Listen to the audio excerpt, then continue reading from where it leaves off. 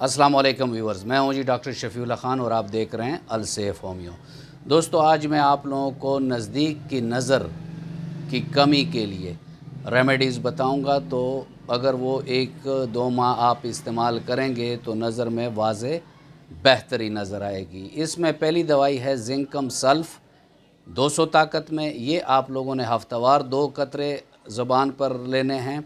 इसके अलावा Calcarea FOSS, कालीफास, रूठा, ये 3 दवाएं 30 ताकत में 2-2 कतरे सुबह दोपहर शाम अगर आप लेंगे तो नज़र की कमज़ोरी ख़त्म हो जाएगी। ख़ुराक में विटामिन ए वाली ख़ुराक ज़्यादा इस्तेमाल करें।